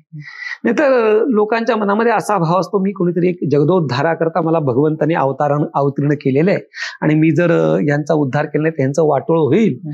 अशा पद्धतीने उपदेशात्मक रीतीनं कीर्तन करू नये. कीर्तन हा संवाद आहे. आता लोकांना फार राग येतो मी बोलतो तेव्हा. माझा धाकटा भाऊ चिदंबर तोही फार स्पष्टपणे सांगतो की कीर्तन करताना हे स्टेजवर कीर्तन करणं चुकीचं आहे. कीर्तनकाराला उंचावरती उभं राहण्याचा अधिकार नाहीये. कीर्तनकारांनी ते म्हणतात की तुमचं तोंड दिसायला पाहिजे लोकांना, म्हणून आम्ही तुम्हाला अरे बाबा, कीर्तन हा दर्शनाचा विषय नाही, कीर्तन हा श्रवणाचा विषय आहे. कीर्तनकार कसा दिसतो त्याच्यापेक्षा कीर्तनकार काय सांगतो हे महत्वाचं आहे. म्हणून कीर्तन करताना उंच ठिकाणी उभं राहायचं नाही. ज्या ठिकाणी श्रोते बसलेले आहेत त्याच पातळीवर आपण उभं राहिलं पाहिजे. त्याचं कारण कीर्तन हा उपदेश नाही आहे, कीर्तन हा संवाद आहे, श्रोता आणि वक्ता. आणि संवाद कधी घडू शकतो तर मौली ज्ञानोबाने सांगितलंय की ज्या वेळेला श्रोता आणि वक्ता यांच्यामध्ये समानतेची समत्वाची भावना असेल तरच संवाद घडू शकतो. जर उच्च नीचता असेल तर ऑर्डर होते. म्हणून कीर्तन करताना निदान भौतिक दृष्टीने, ज्याला आपण फिजिकली म्हणतो, असं फिजिकली तरी उंच माणसाने उभं राहू नये, पण लोक आम्हाला उभं करतात. आणि कसं होतं, म्हणजे मी एका ठिकाणी गेलो कीर्तनाला, म्हटलं प्लीज खाली घ्या. म्हणजे प्रत्येकाचा स्वभाव असतो. मी थोडंसं शांत चित्ताने सांगतो. माझे बंधू आहेत ते अत्यंत कडक शब्दात सांगतात, मी उभं वर्क करायचं असेल तर मी कीर्तन करणार नाही, मी चाललो. तुम्हाला जर खाली घेता येत असेल तर घ्या, नाहीतर उच्च स्थानी उभं राहून मी कीर्तन करणार नाही. मी त्यांना सांगतो बाबा हात जोडू. ते म्हणतात आता हे स्पीकरची वायर जोडली, ते जोडली, ते जोडली. अरे बाबा मला ते सगळं जोडता येतं म्हणून मी तुला सांगतोय. म्हणून कीर्तन करताना कधीही उच्च पातळीवरती उभं राहून कीर्तन करू नये. आणि उच्च पातळी म्हणजे भौतिक दृष्टीनेही नसावी आणि आपली मानसिक ही नसावी. म्हणून नय पाहिजे, विनय पाहिजे आणि अभिनय पाहिजे. आणि अभिनय हा कामापुरता पाहिजे. नाही तर काय होतं, अभिनय खूप चाललाय, आता सगळं कीर्तन चाललंय का लोकनाट्य चाललंय असा संभ्रम पडावा अशी कीर्तनाची परंपरा जगामध्ये दिसून येते. ठीक आहे, पण ही कानावर पडतं, नाईलाजाने कानावर पडतं. म्हणून अभिनय असला पाहिजे, पण तो कामापुरता तो अभिनय आपल्या कीर्तनामध्ये असला पाहिजे. आणि त्याची पुढे शांतीब्रह्मनाथ महाराजांनी, नामदेव महाराजांनी बराच त्याचा विस्तार सांगितलाय. जेणेकरून मूर्ती ठसावी अंतरी श्रीहरीची, ऐसी कीर्तन मर्यादा आहे संतांच्या घरची. भक्ती ज्ञानाविरित इतरा गोष्टी न कराव्या, प्रेम भरी वैराग्याच्या युक्ती बोलाव्या. असं अभंगांमध्ये बराच विस्तार कीर्तन कसं करावायचा सांगितलेला आहे. आणि आपल्याला जर त्याचा सविस्तर विचार करायचा असेल तर तीर्थरूप गुरुवर्य महाराजांनी नवविधा भक्ती नावाचा एक ग्रंथ लिहिलेला आहे. आणि त्या नवविधा भक्ती या ग्रंथामध्ये कीर्तन भक्तीविषयी जवळजवळ 200-250 पानं लिहिलेली आहेत. की कीर्तन कसं करावं, कीर्तन कसं करू नये, कीर्तनकारांनी काय अध्ययन केलं पाहिजे, कीर्तनकाराच्या मनामध्ये काय भावना असली पाहिजे, याचा सविस्तर विचार तीर्थरूप गुरुवर्य महाराजांनी केलेला आहे. म्हणून कीर्तन परंपरेमध्ये संतांनी घालून दिलेल्या ज्या मर्यादा आहेत, आता कसं आहे माहिती का, उदाहरणं बदलतील पण तत्व बदलता कामा नये. कीर्तनामध्ये सात्विकता ही राहिलीच पाहिजे. कुठल्याही प्रकारानं राजसता तामसता कीर्तनामध्ये येऊ नये. म्हणून तर सांप्रदायिक चाली म्हटल्या पाहिजे. मृदंग वादन ही सांप्रदायिक असलं पाहिजे. थोर मृदंगवादक असं म्हणतात.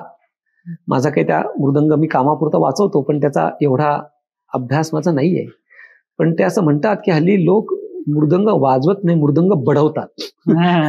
मृदंग बढवणं वेगळं आणि मृदंग वाजवणं वेगळं. म्हणजे कीर्तनामध्ये चाली सुद्धा कशा सात्विक पाहिजे.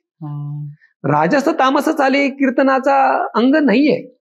कीर्तनामध्ये अनौचित्य किंवा औचित्य भंग करणाऱ्या गोष्टीत कोणत्या, राजस तामस चाली म्हणणं, त्या ठिकाणी मृदंगाला बडवणं, या गोष्टी कीर्तनाचं औचित्य भंग करणाऱ्या.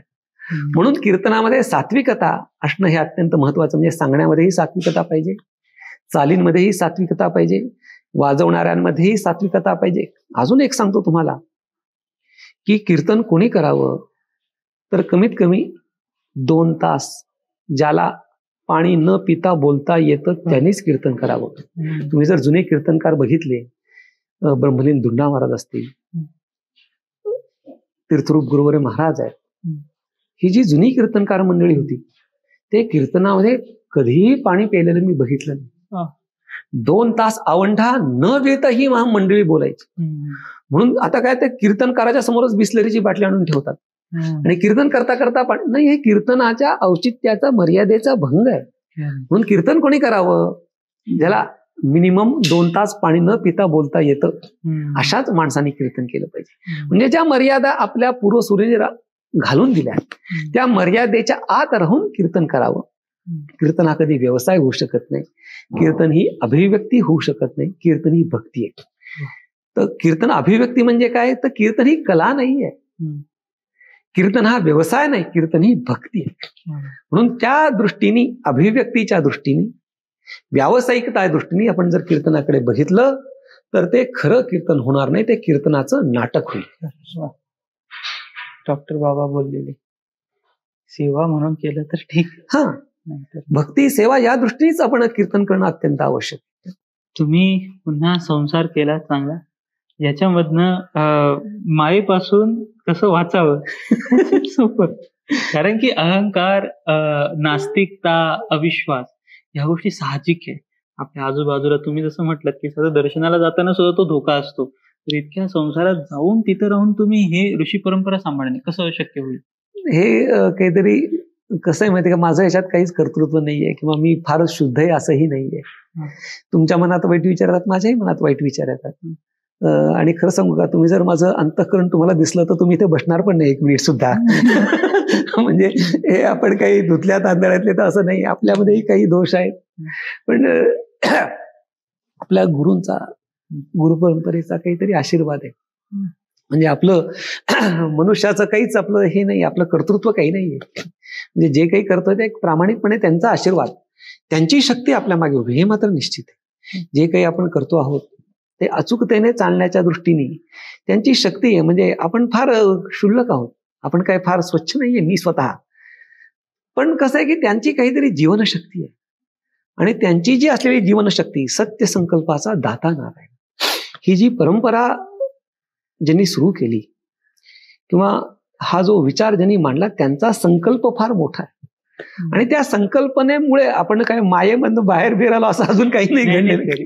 तुम्ही प्रवासात फार पुढे आहात, त्याकरता आम्हाला मार्गदर्शन करा. माया पाशातच आपण अजून आहोत, मायेतनं बाहेर बिर अजून नाही आलो. ते ध्येय आहे आपलं. मायेच्या पाशातनं बाहेर येणं, मोह मायेतनं बाहेर येणं, हे आपलं जीवन ध्येय आहे, जीवन हेतू आहे. तिकडे जाण्याचा आपल्याला प्रयत्न करायचा आहे. पण आपण अजून त्यातनं मी तरी बाहेर अजून नाही आलो. त्याच्याकरता प्रयत्न मात्र निश्चित आहे, प्रयत्न करायचा आहे, तिकडे आपल्याला जायचंय. मग ते जाण्याकरता, मोह मायेतनं निवृत्त होण्याकरता प्रयत्न आपण केला पाहिजे. तो प्रयत्न करताना सगळ्यात महत्वाची गोष्ट, आपला विवेक आपण जागा केला पाहिजे. मोह मायेतनं जर आपल्याला पलीकडे जायचं असेल तर मोह म्हणजे काय, त्याची व्याख्या तुम्हाला सांगतो. तो मोह म्हणजे प्रेमच, भक्ती म्हणजे सुद्धा प्रेमच. पण मोह आणि भक्ती याच्यामध्ये फरक काय, तर भक्ती, त्या भक्तीचं जनकता, भक्तीची सृजनता ही विवेकाकडे आहे आणि मोहाची सृजनता ही अविवेकाकडे आहे. म्हणून अविवेकामधून निर्माण झालेलं जे प्रेम त्याचं नाव मोह, आणि विवेकामधून निर्माण झालेलं प्रेम त्याचं नाव भक्ती.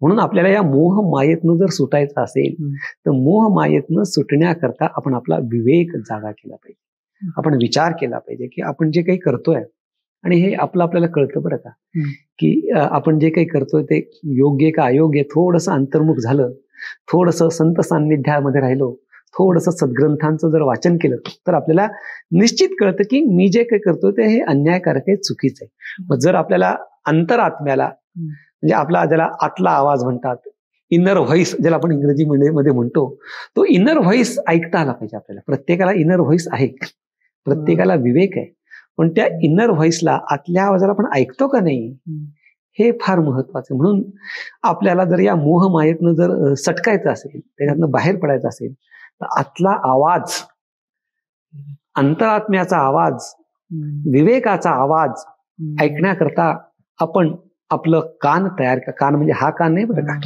आतला कान आहे तो आतला कान जर आपण तयार केला, अंतरात्म्याचा आवाज ऐकण्याकरता विवेक जर आपण जागा केला, तर मात्र आपण या मोह मायेतनं, या मोहातनं, मायेच्या सगळ्या बंधनातनं आपण सुटू शकतो. म्हणून परमार्थामध्ये पहिली काय गोष्ट आहे तर आपला विवेक जागा पाहिजे. आणि विवेक म्हणजे काय, खरं खोटं हे कळलं पाहिजे, नित्य अनित्य काय हे कळलं पाहिजे. आणि नित्य अनित्य, खरं खोटं याच्यामध्ये कळून जे खरं आहे, जे नित्य आहे, त्याचा स्वीकार करण्याची आपली बुद्धी तयार झाली पाहिजे. म्हणून या सगळ्यातनं जर आपल्याला बरोबर बाहेर निघायचं असेल तर आपण आपला विवेक, आपली विवेक बुद्धी जाग करण्याचं फार महत्वाचा प्रयत्न आपण केला पाहिजे. इथे जसं क्रिकेट चालू असते, क्रिकेटची मॅच, कधी कधी मॅच चालू आहे पण थोडस बोलावं लागतं मध्ये कॉमेंटेटरला, तशी थोडीशी कॉमेंट्री करतो तुमच्या आज्ञेने. आता हा जो प्रसंग, छोटासा एक प्रश्न साधारण, आणि त्याचं जे आता उत्तर मिळालं. पहिली गोष्ट, तुम्ही उत्तर तर दिलंच, पण ह्या उत्तराचं जे करतो तो, म्हणजे काय म्हणतो आपण, बोल आणि चाल किंवा कथनी और करनी, ती कुठं जोडून येते ती ह्या एका छोट्या प्रसंगातून दिसून आली की तुम्ही आधी, आम्ही कसं असतं ना, काय हॉस्टेलला ज्यावेळेस असतो किंवा रूमवर राहतो बाहेर, 8 दिवसाचा कपडा सुद्धा असं वाटतं उद्या वापरता येईल. त्याच्या दृष्टीने तो घाणेरडा नसतो. पण एका साधकाच्या दृष्टीने रात्री झोपलेला कपडा सुद्धा तो धुवून काढतो दुसऱ्या दिवशी पाण्याने. ते सूक्ष्म पवित्रतेचा विचार करतो. तुम्ही जी सुरुवातीला नम्रता दाखवली ते तुमच्याकरता ती सूक्ष्मता आहे. आणि तोच विवेक तुम्ही पुन्हा आम्हाला नंतर एक्सप्लेन केला, हे श्रोत्यांकरता बरं का. तर असो, धन्यवाद. अशा जे हे उदाहरणं तुम्ही साधक जन, साधू लोक आणि परंपरा चालवणारी जी मंडळी आहात, त्यामुळे कदाचित आता मी म्हणू शकतो की तुम्ही जे सांगितलं की वारकरी संप्रदायात किंवा आपल्या बोलण्यात की जसे आपल्याला जिथं सुधारणा करायची गरज आहे, मात्र हे श्रेष्ठत्व टिकवून ठेवण्याकरता आणि इथं असण्याकरता, अस्तित्वात, त्याकरता धन्यवाद. पुन्हा एकदा ह्या सगळ्या प्रवासामध्ये की तुम्ही आता विवेक धारण करून, ही नम्रता धारण करून तुम्ही जसं संसारात सुद्धा आपलं एक तुकोबरायांसारखं, तुकोबराय म्हणतात त्याप्रमाणे कर्तृत्व, आणि त्यात परमार्थामध्ये सुद्धा ही ऋषी परंपरा चालू आहे. याच्यामध्ये तुमचा असा अनुभव आहे का की तुम्ही जे बघितले ह्या सगळ्या लोकांमध्ये, तुम्ही मोठ्या परंपरेत राहिलात, तर तुम्ही बघितलेले साधू लोक आणि त्यांचे लक्षणं किंवा अनुभव सांगाल का? खरं तर मी समाजामध्ये एवढा फिरलो नाही, खरं सांगायचं तुम्हाला. कारण की माझे सद्गुरू एवढे श्रेष्ठ होते की समाजामध्ये मला फिरायचा प्रसंग कधी आला नाही जास्त. कारण की आतापर्यंत तीर्थरूप गुरुवर महाराज 1 महिना 2 महिन्यापूर्वीच ब्रह्मलीन झाले, त्यामुळं समाजामध्ये ह्याच्याकडे जा त्याच्याकडे जा हे बघण्याचं मला कधी प्रसंगच नाही आला. माझ्या सद्गुरूंकडे बघूनच मी माझं जीवन व्यतीत केलं. समाजामध्ये अनेक महापुरुष आहेत, त्यापैकी काही मी बघितलेले आपल्याला सांगतो. आमचे आनंद आश्रम स्वामी, त्यांचा माझा खूप सहवास घडला. म्हणजे लहानपणीपासून म्हणजे आश्रमाचे ते विद्यार्थीच तीर्थरूप गुरुवरे महाराजांकडे, म्हणजे खरं तर ते ब्रह्मलीन दादा महाराजांचे शिष्य, पण दादा महाराजांचे शिष्य असले तरी त्याच्यानंतर तात्या महाराजांनी नंतर तीर्थरूप गुरुवरे महाराज, अशी ही परंपरा. पण आपल्या गुरु परंपरेमध्ये गुरुस्थानी जो त्या ठिकाणी गादीवर आहे, गुरुवरे महाराजांचं वय त्यांच्या निम्मच, स्वामी महाराजांच्या निम्म गुरुवरे महाराजांचं वय, तरी दादांच्या संबंधाने जो आदर स्वामी महाराजांच्या मनामध्ये होता तोच तीर्थरूप गुरुवरे महाराजांच्या मनामध्ये विषय होता. म्हणजे हा वयाने लहान आहेत हे, किंवा आपल्या गुरूंच्या नंतर म्हणजे त्यांचा विचार करायचा तर त्यांच्या नातवासारखे ना गुरुवरे महाराज. म्हणजे गुरु परंपरेने जर विचार करायचे झाले तर त्यांचे गुरुबंधू तात्या, आणि तात्यांचे विद्यार्थी तीर्थरूप गुरुवरे महाराज. तरी सुद्धा तसा विचार न करता जो आदर ब्रह्मलीन दादांच्या संबंधाने होता तोच आदर स्वामी महाराजांच्या अंतःकरणामध्ये तीर्थरूप गुरुवरे महाराजांच्या मनामध्ये होता. किंबहुना गुरुवरे महाराजांकडे स्वामी महाराजांनी अमृतानुभवाचं श्रवण केलं. म्हणजे वारकरी संप्रदायामध्ये अमृतानुभव किंवा अनुभवामृत असं ज्या ग्रंथाला म्हटलं जातं, तर तीर्थरूप गुरुवरे महाराजांकडे स्वामी महाराज श्रवण करायला यायचे. आणि आपल्याला जो शिकवणारा महापुरुष आहे तो आपल्यापेक्षा वयाने लहान मोठा हा विचार न करता तो आपल्याला ज्ञान देतोय, म्हणजे त्याच्या संबंधाने आपल्या अंतःकरणामध्ये गुरुत्व बुद्धी असलीच पाहिजे, अशी त्यांची भावना. म्हणजे किती मोठा महापुरुष, संन्यासी, म्हणजे आश्रमानेही गुरुवरे महाराजांच्या पुढे, वयानेही गुरुवरे महाराजांच्या पुढे, गुरु परंपरा शिष्य परंपरा या दृष्टीनेही पुढे. पण असं असून सुद्धा गुरु परंपरेच्या दृष्टीने आपल्या मनामध्ये कोणत्या प्रकाराने आदर असला पाहिजे हे मूर्तिमंत उदाहरण म्हणजे ब्रह्मलीन आमचे आनंद आश्रम स्वामी. तीर्थरूप गुरुवरे महाराजांचं आयुष्य तर मी बघितलंच. गंमत अशी आहे की दूरच्या लोकांनी एखाद्या महात्म्याचं वर्णन करणं हे साहजिक आहे. वर्णन कोणी 2 गोष्टी आहेत माणसाच्या ठिकाणी, एक माणसाचा स्वभाव आहे आणि माणसाचा प्रभाव आहे. बाहेरचे जे लोक वर्णन करतात ना ते त्या महात्म्याचा प्रभाव जाणून वर्णन करतात, स्वभाव कळत नाही. पण ज्याला स्वभावही माहिती आहे आणि ज्याला प्रभावही माहिती आहे असा जर माणूस वर्णन करेल तर तो खरा मोठा माणूस. तर माझ्या तीर्थरूपांचा स्वभावही मी जाणतो, त्यांचा प्रभावही मी जाणतो, आणि त्यांचं जे चरित्र आहे तर आदर्श चरित्र कसं असावं तर ते माझ्या तीर्थरूप सद्गुरूंचं ते आदर्श चरित्र आहे की प्रपंच आणि परमार्थ यांचा समन्वय कसा साधायचा. हे जर मूर्तिमंत उदाहरण जर बघायचं असेल तर तीर्थरूप गुरुवरे महाराजांचं उदाहरण आहे. अनेक महात्मे होऊन गेले. बाहेरचं जर सांगायचं झालं तर आमचे पूज्य गणेश्वर शास्त्री द्रविड आहेत. अत्यंत ज्ञानी वाराणसीचे, ज्यांच्या मार्गदर्शनाखाली श्री रामचंद्र प्रभूंच्या मूर्तीची प्राणप्रतिष्ठापना झाली. त्यांनी प्रभू श्रीरामांच्या मूर्तीचा प्राणप्रतिष्ठेचा मुहूर्त काढला, ज्यांनी ते सगळं कार्य केलं. असा एक थोर महात्मा आता आहे, अत्यंत निस्पृह. कधीही कोणाकडे एकही पैशाची अपेक्षा न करता त्याचा उद्धार व्हावा. एखाद्या माणसाला काही अडचण असली तर तू हे कर, या पद्धतीने जनसामान्यांचा उद्धार करणारे आमचे पूज्य शास्त्री महाराज आहेत, तीर्थरूप गुरुवर्य महाराज आहेत. या परंपरेमध्ये अनेक महात्मे होऊन गेले. या वारकरी संप्रदायामध्ये बरेच महात्मे आहेत. मला काय कसं आहे की कोणाचं वर्णन करण्याच्या पूर्वी त्याचा स्वभाव ज्ञात असणं हे महत्वाचं आहे. प्रभावाने आपण अनेकांची नावं घेऊ शकतो, पण ज्यांची खरंच मला प्रश्न असा विचारलाय, मी अनुभवलेले, ज्यांचा स्वभाव मला माहिती आहे. म्हणजे कितीतरी महात्मे असे असतील की गुरुवर्य महाराजांचे अनेक शिष्य आहेत, किती त्यांची थोरवी सांगायची. सांगतो तुम्हाला आता, हे महात्मे म्हणजे गुरुवर्य महाराज जसे थोर तसे त्यांचे शिष्यही थोर. आमचे ब्रह्मलीन भरत महाराज गोपे, ज्यांना आपण भाऊसाहेब म्हणायचो, ते LLB झाले होते. आणि LLB होऊन सुद्धा त्यांनी पूर्ण जीवन तीर्थरूप गुरुवर्य महाराजांना समर्पित केलं. म्हणजे गुरुवर्य महाराजांचा 2003ला जो अपघात झाला त्यात ते ब्रह्मलीन झाले. त्या अपघातामध्ये पूर्ण जीवन समर्पित. पुन्हा आमचे मोहनसिंह राजे जाधव होते की जे साक्षात जिजामातेची वंशज, क्षात्रतेचे संपन्न महात्मा, पण परिपूर्ण ब्रह्मचारी राहिले लोक. जीवन समर्पित केलं. म्हणजे ते वकील होते, त्यांनीही जीवन समर्पित केलं. आमचे मोहनराजे त्यांनीही जीवन समर्पित केलं. एक मारुती महाराज थोरात म्हणून आमच्या आश्रमाचे विद्यार्थी, ते मुंबईला इन्स्पेक्टर होते, तीर्थरूप गुरुवर्य महाराजांचे शिष्य, पूर्ण जीवन समर्पित केलं. म्हणजे स्वतः इन्स्पेक्टर असून सगळं ते तिथे कीर्तन करायचे मुंबईत, पण सगळं सोडून या आश्रमामध्ये राहिले. आमचे दुसरे एक बाबूरावजी वाघमारे म्हणून होते, पीर कल्याण त्या जालना जिल्ह्यात, त्यांनी सुद्धा पूर्ण जीवन महाराजांना समर्पित केले.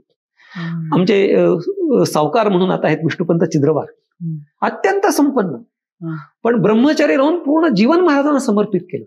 म्हणजे हे जे सगळ्यांची मी तुम्हाला साधकांची नावं सांगितली, ह्यांचा जीवन मी अनुभवलेलं, मी स्वतः त्यांचं एक्सपिरियन्स केलं, त्यांच्यासोबत मी राहिलोय, त्यांचा स्वभाव प्रभाव ह्या दोन्ही गोष्टी मला ज्ञात आहेत.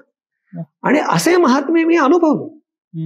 आणि गंमत म्हणजे काय सांगायचं तुम्हाला की त्यांचं माझं काही रक्ताचं नातं नाही, पण काहीही रक्ताचं नातं नसताना त्यांनी माझ्यावर केलेलं जे प्रेम, ते अलोट प्रेम. म्हणजे तीर्थरूप गुरुवर्य महाराजांच्या कुशीमध्ये जन्माला येण्याचं मला भाग्य लाभलं. त्याचं काय हे वैभव आहे.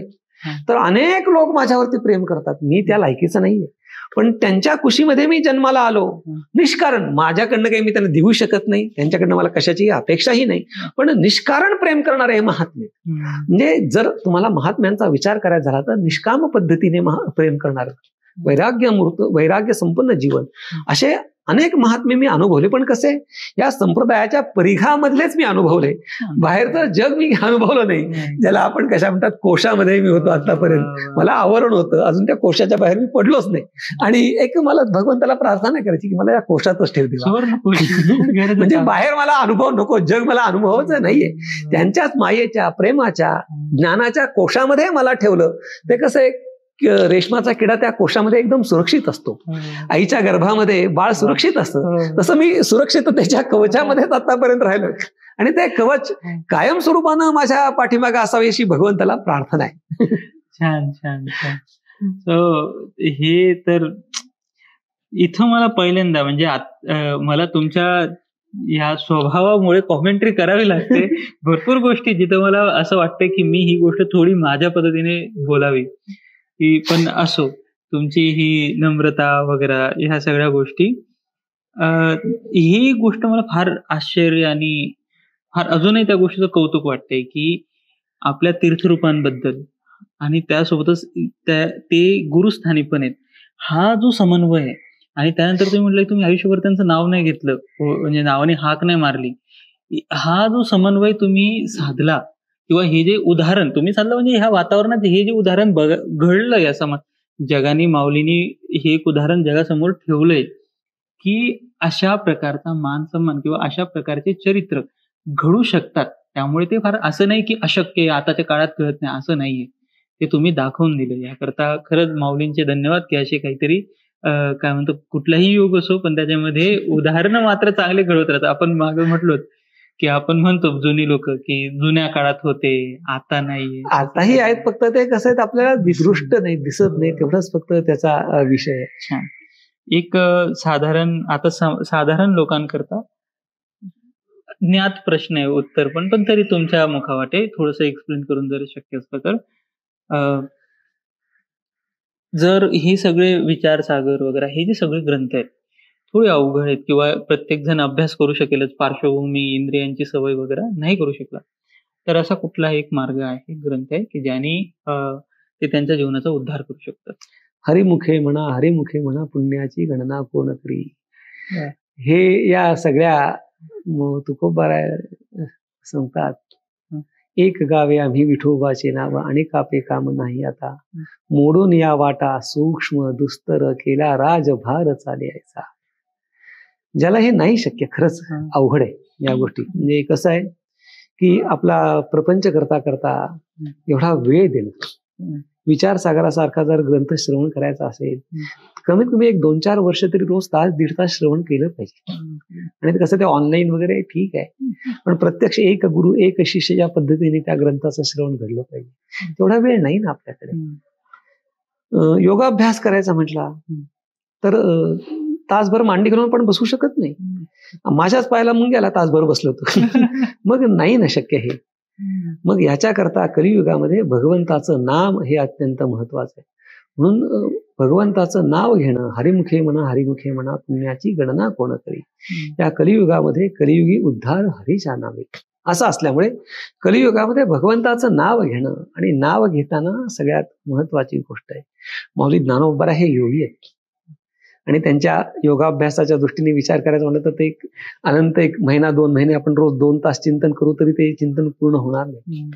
ज्ञानराज माझी योग्यांची माऊली असं म्हटलंय, म्हणजे योग्यांचे माता आहेत माऊली ज्ञानोबाराय. आणि ते ज्ञानोबाराय नामभक्तीचं महात्म्य सांगताना सांगतायत, समाधी साधन संजीवन नाम शांती दया सम सर्वाभूती, शांतीची पै शांती निवृत्ती दातारू, हरिनाम उच्चारू दिधला तेने. माऊलींची समाधी ही संजीवन समाधी आहे. संजीवन म्हणजे माऊली ज्ञानोबाराय तिथे आहेतच, हा माझा दृढ विश्वास आहे, दृढ श्रद्धा आहे. फक्त त्या चक्षुनी तुम्हाला बघता आलं पाहिजे. तुम्ही म्हणा खरंच आहे का काय? मला सांगतो, संत कोणाला म्हणतात? जे खरं बोलतात त्यांना संत म्हणतात. ही साधी व्याख्या आहे. माऊली ज्ञानोबारायांच्या नंतर साधारण 150-200 वर्षानं शांती ब्रह्मनाथ महाराजांचा अवतार झाला. शांती ब्रह्मनाथ महाराज माऊली ज्ञानोबाराय ज्या विवरामध्ये संजीवन समाधीसाठी पुढे ज्ञानेश्वरी ठेवलेली, ज्ञानेश्वरी समोर ठेवून ज्या संजीवन समाधीमध्ये बसलेले आहेत, त्या समाधी स्थानापर्यंत शांती ब्रह्मनाथ महाराज गेले आणि नाथ महाराजांना माऊलींचं दर्शन झालं. म्हणजे माऊलींच्या संजीवन समाधी महोत्सवाच्या नंतर 150-200 वर्षांनी नाथ महाराजांना माऊली दिसले. आणि नाथ महाराजांनी दिसले असं सांगितलं, त्याच्यामध्ये माझ्या मनात ते दिसलेच कसेच वायू नाही हो, आहेत, त्यांना दिसले. आणि अजून 150 वर्ष जर तिथे माऊली आहेत तर अजूनही तिथे आहेतच, माझा दृढ विश्वास आहे. आणि वारकरी संप्रदायामधल्या प्रत्येक वारकरी महानुभावाचा, साधकाचा हा दृढ विश्वास आहे की माऊली ज्ञानोबाराय तिथे आहेतच. मग त्या समाधीला संजीवकता आहे, म्हणून त्याला संजीवन समाधी म्हणतात. संजीवन म्हणजे काय वगैरे बराच विस्तार आहे योगाभ्यासाच्या दृष्टीने, तो आता मी जास्त सूक्ष्मतेमध्ये नाही जात. तर तिथे माऊली आहेत आणि माऊलींची समाधी संजीवन आहे.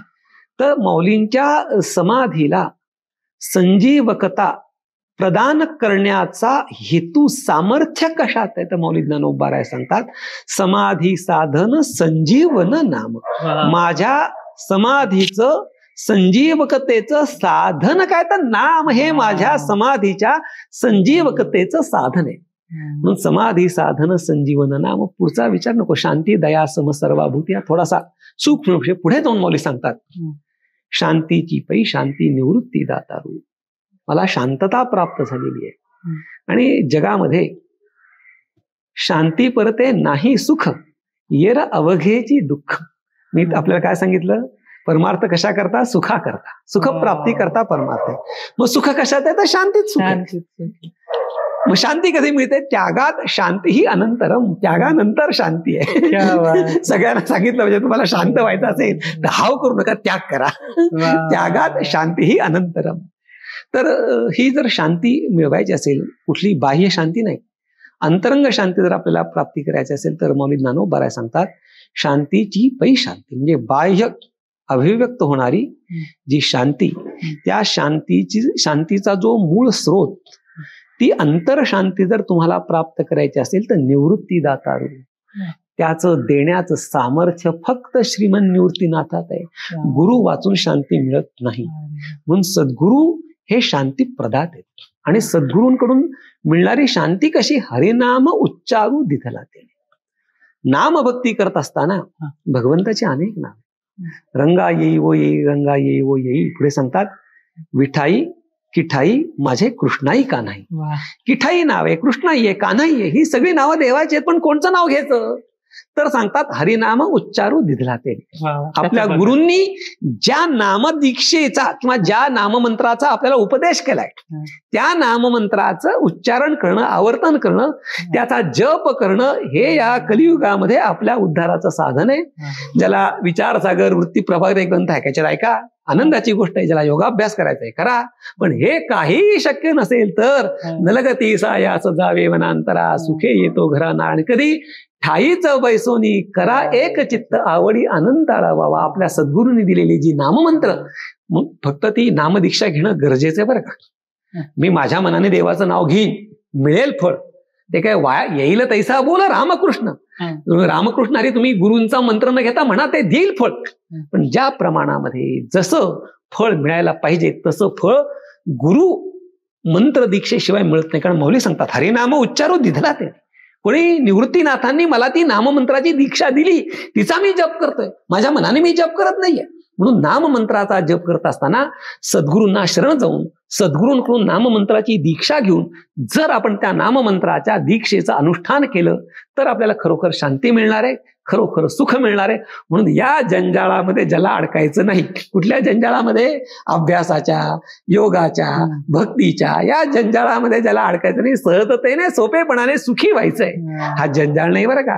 हा माणसाला सुखरूपतेकडे घेऊन जाणारा राजमार्ग आहे. पण तेवढा वेळ नाहीये, तेवढी आपली शारीरिक शक्ती नाहीये, आपल्याला तेवढं आर्थिक स्वातंत्र्य नाहीये. मग या सगळ्या गोष्टींचा विचार करता आता या कलियुगामध्ये भगवंताचं नाव घेणं हे अत्यंत महत्वाचं आहे. आणि ती नामभक्ती आपण केली पाहिजे. रामकृष्ण. म्हणजे डॉक्टरांनी 5-7 वर्ष अभ्यास करून आणि हे म्हणजे 2 वेळा सर्टिफाईड झाली आता ही गोष्ट. ज्ञानोबा माऊलींनी एवढा योगांचे म्हणजे योगियांचा राजा वगैरे त्यांनी सांगितलं, समाधीचं रहस्य नावात. आणि आता पुन्हा जे समोर बसून सांगतात तुम्ही सुद्धा एक मॉडर्न पारंपरिक दोन्ही आणि त्याच्यात वैदिक सगळ्या गोष्टींचा अभ्यास करून शेवटी त्याचं फळ काय किंवा शेवटी त्याचा वेद आनंद बोलिला अर्थ इतिपाशी साधिला विठोबाशी शरण जावे निज निष्ठा नाम घ्यावे. रामकृष्ण. छान छान आनंद आहे बघा. यापेक्षा दुसरा आनंद तर काय. आज मी भाग्यवान समजतो स्वतःला ह्या चर्चेमध्ये किंवा तुमच्या समोर मी हे ऐकू शकलो.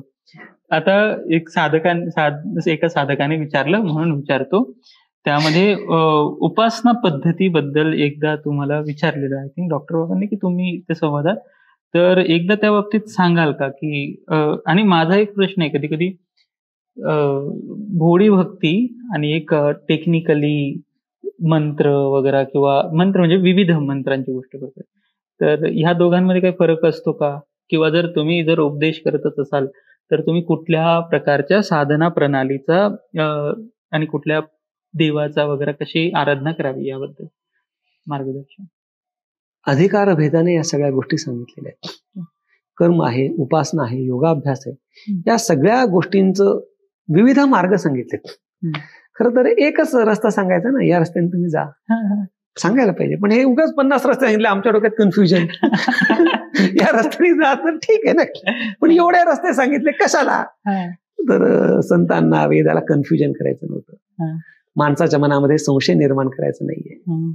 तर ज्या अधिकाराची ज्या व्यक्ती आहेत त्या अधिकारानुगुण सगळ्यांना त्या भगवंतापर्यंत जाता आलं पाहिजे. पण भगवंतापर्यंत जाण्याकरता ज्याचा जसा अधिकार तैसा करू उपदेश.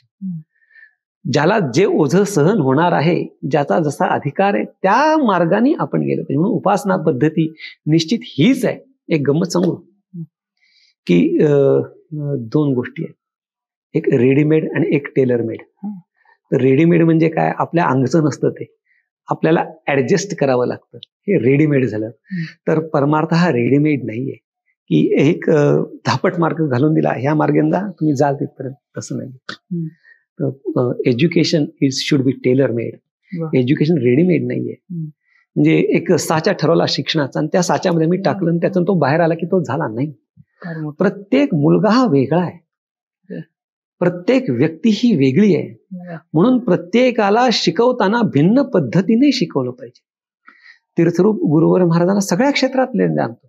टेक्नॉलॉजिकली ते फार स्ट्रॉंग होते. त्यांचं हस्ताक्षर मी तुम्हाला दाखवतो, इंग्रजी मराठी इतकं सुंदर हस्ताक्षर, मोत्यासारखं. त्यांना गाडी चालवायला यायची, एवढंच नाही तर तीर्थरूप गुरुवर महाराज हे अस्सल नेमबाज होते. बंदूक पिस्तूल इतकी सुंदर चालवायची की नेम धरला की बरोबर गोळी लागायचीच, इतकं म्हणजे सगळ्या क्षेत्रात त्यांचं प्रावीण्य. इदम ब्राह्मम इदम क्षात्रम शापादपी शरादपी. गुरुवर महाराजांच्या प्रवचन कीर्तनामध्ये मला अनेकदा दिसून आलं, समोर जर वकील बसलेला असला तर वकिलीचे दृष्टांत, डॉक्टर बसला असला डॉक्टरीचे दृष्टांत. म्हणजे दृष्टांतात सांगण्यात तात्पर्य नाही, विषय समजण्यामध्ये तात्पर्य आहे. तसं मार्गामध्ये तात्पर्य नाहीये, तात्पर्य देवापर्यंत पोहोचण्यात आहे. म्हणून देवापर्यंत पोहोचण्याकरता अनेक मार्ग सांगितलेत आणि त्या मार्गाचं चयन, त्या मार्गाची निवड एकतर सद्गुरू आपल्याला करून देतात किंवा आपण त्या मार्गाचा निवड करायची. तर कशी निवड करायची, आपल्या अधिकाराप्रमाणे. आपला अधिकार काय आहे हे एकतर आपल्याला कळतं, नाही तर जो आपला खरा गुरु आहे त्या गुरूंना त्याचा अधिकार कळतो, कोणाचा, शिष्याचा. म्हणून अनेक प्रणाली आहेत, उपासना प्रणाली आहेत. भगवंत देवी भरपूर आहेत ना, लक्षवधी कोट्यवधी देव आहेत. तर मग कोणत्या देवाची भक्ती करायची, तर आपला जसा अधिकार आहे तशा अधिकारानुरूप आपण भक्ती केली पाहिजे. का विशिष्ट देवते, फक्त त्यात महत्व काय, हेंदरी शेंदरी देवते कोणती पूजी भूते खेते, तो देव हा वैदिक शास्त्रीय संप्रदाय लब्ध असा देव असला पाहिजे. त्या देवतेची कुठल्याही मार्गाने तुम्ही उपासना करा, पण उपासना करताना त्याच्यामागे असणारी भावना ही अत्यंत महत्वाची आहे. शुद्ध सात्विक भावनेने तुम्ही ती देवा, कसं माहिती का, उपचारापेक्षा भावना महत्वाची आहे. एक गोष्ट सांगतो तुम्हाला, वागतो काय त्यापेक्षा वागण्याच्या मागची भावना काय ही महत्वाची. एकदा काय झालं, एक माणूस पुढे पळत होता, दुसरा मागे पळत होता. पुढचा माणूस पळता पळता पळता एका विहिरीत पडला. मागच्या माणसाने त्याच्या मागे उडी घातली, त्याला बाहेर काढलं आणि बाहेर काढून त्याच्याशी तासभर बोलत होता. दुरून एकाने बघितलं, तुम्हाला काय माणूस आहे, देव माणूस आहे, स्वतःचा जीव धोक्यात घालून विहिरीत उडी मारली, बाहेर काढलं आणि पुन्हा तास 2 तास त्याला समजावून सांगतोय काय आहे. जेव्हा जवळ जाऊन बघितलं तेव्हा ज्यांनी बाहेर काढलं तो माणूस ज्याला बाहेर काढलं, म्हणजे ज्यांनी बाहेर काढलं आणि ज्याला बाहेर काढलं यातला संवाद बघितला. तर ज्याने बाहेर काढलं तो म्हणत होता, तुला जीव द्यायचा असला विहिरीत दे, आडात दे, समुद्रात दे, नदीत दे, पहिले मला, मी तुला दिलेले पैसे मला पहिले परत. म्हणून भावना महत्वाची आहे. कोणत्याही मार्गाने तुम्ही जा, कुठल्याही प्रणालीच्या द्वारे तुम्ही भक्ती करा, पण भक्तीमध्ये भावना महत्वाची. आणि सगळ्यात महत्वाचं, शास्त्रशुद्ध मार्गाने आपण भक्ती केली पाहिजे. तमोगुणी रजोगुणी भक्तीच्या नादाला आपण लागू नये, हे त्यातला बारकावा आहे. कसं आहे की आता बोलावं बोलू नये, बळी वगैरे दिले जातात, ही तामस भक्ती आहे. त्या तामस भक्तीच्या मार्गाला न जाता सात्विक भक्तीच्या मार्गाने आपण पुढे गेलो पाहिजे, हे अत्यंत महत्वाचं आहे. आजकाल फार पॉडकास्ट वगैरे त्या रिलेटेड सगळं आजकाल त्या गोष्टींबद्दल फार फॅसिनेटिंग, फार वाणी लोक आकर्षित होतात ना. फॅसिनेटिंग तंत्र से ये हे खरे तांत्रिक ही आहेत का नाही हा प्रश्न आहे. तांत्रिक आहेत, पण जे दाखवतात ते खरेत का नाही कुणास ठाऊक. आणि त्याच्यामुळे हे असेल तो मार्ग कुणासाठी, पण तुम्ही ते बळजबरी दाखवून आणि त्याच्यातनं तुम्ही तुमच्या तमोगुणाचाच वापर केलाय ना. तुम्हाला सांगू का, नाही हे तंत्र मार्गाचं एक महत्व काय आहे, त्या तंत्र मार्गाला गुप्त ठेवलं पाहिजे असं तेच शास्त्र सांगतं. हे असं लोकांसमोर नेणं हे त्यांच्या, म्हणजे त्या शास्त्रानुसार योग्य आहे असं मला वाटत. माझा काही त्याचा अभ्यास नाही, पण ते गुप्त शास्त्र आहे. मग त्यांचं असं ओपनली प्रचार प्रसार करणं हे योग्य आहे की नाही, जे करतात त्यांनी विचार करणं गरजेचं आहे. आणि आहेच, जर समोर जर सहजपणे चांगली भाजी पोळी छान चांगलं संगीत जेवण असल्यावर का म्हणून हो ना, योग्य योग्य असं. छान. फार अजून हे लांबत जाईल. फार गोष्टी आहेत, आमच्या मनात शंका असतात. शेवटी सार तर एकच, तुम्ही आणून पुन्हा त्याच गोष्टीवर नेत आहात आम्हाला. तर एक असं थोडासा जनरल प्रश्न विचारतो मी. संसारिक, तुम्ही संसार करता, तर वैवाहिक लोकांकरता काही सल्ला द्याल का? फॅमिली वैवाहिक जीवनामध्ये सगळ्यात महत्वाची गोष्ट आहे, न गृहमत्याहु गृहिणीम गृहमुच्यते. चार भिंती म्हणजे घर नाही, तर त्या घरामधली गृहलक्ष्मी जी आहे ते खरं घर आहे. आणि ज्या ग्रहामधली गृहलक्ष्मी समाधानी आहे तेच घर समाधानी असू शकतं. म्हणून वैवाहिक जीवनामध्ये गृहलक्ष्मी समाधानी असणं ही अत्यंत महत्वाची गोष्ट आहे. आणि जी आपल्याला बंधनं दिलेली आहेत, तर विवाह विधी हा परिसंख्या स्वरूपाने सांगितलेला आहे. म्हणजे काय, तर विवाहामध्ये परिसंख्या विधी म्हणजे काय, जर भोग जे आहेत ते भोग उच्छृंखल पद्धतीने न घेता मर्यादेत, शास्त्राने सांगितलेल्या मर्यादेमध्ये घेण्याकरता हा विवाह विधी सांगितलेला आहे. आणि गृहस्थाश्रमामध्ये काय आहे की योग्य प्रजा उत्पन्न करणं, पुढची सुप्रजा उत्पन्न होणं ही वैवाहिक जीवनाची खरी कृतार्थता आहे. आणि विवाह, गृहस्थाश्रम हा सर्व आश्रम उपजीव्य भूत स्वरूपाचा आहे. आपल्याकडे विवाह हा संस्कार आहे. प्रेम हे 3 पातळीवर आहे, एक भौतिक, एक मानसिक आणि तिसरं वैचारिक. विवाहामधलं प्रेम भौतिक पातळीवर नसावं, ते मानसिक किंवा वैचारिक पातळीपर्यंत गेलं. म्हणजे भौतिक पातळीवर नसावं असं मी म्हणत नाही, पण तेवढ्या पुरतं मर्यादित त्याला ठेवता कामा नये. ते प्रेम मानसिक आणि वैचारिक पातळीवर गेलं पाहिजे. वासना वेगळी, प्रेम वेगळी आणि भक्ती वेगळी. वैवाहिक जीवनामध्ये वासना आणि प्रेम यांच्यामधला जी सीमारेषा आहे ती लक्षात आली पाहिजे. आपली भारतीय संस्कृती विवाहाला संस्कार समजते, संस्कार सांगते. पाश्चात्य देशामध्ये विवाह हा करार आहे आणि आपल्याकडे विवाह हा संस्कार आहे.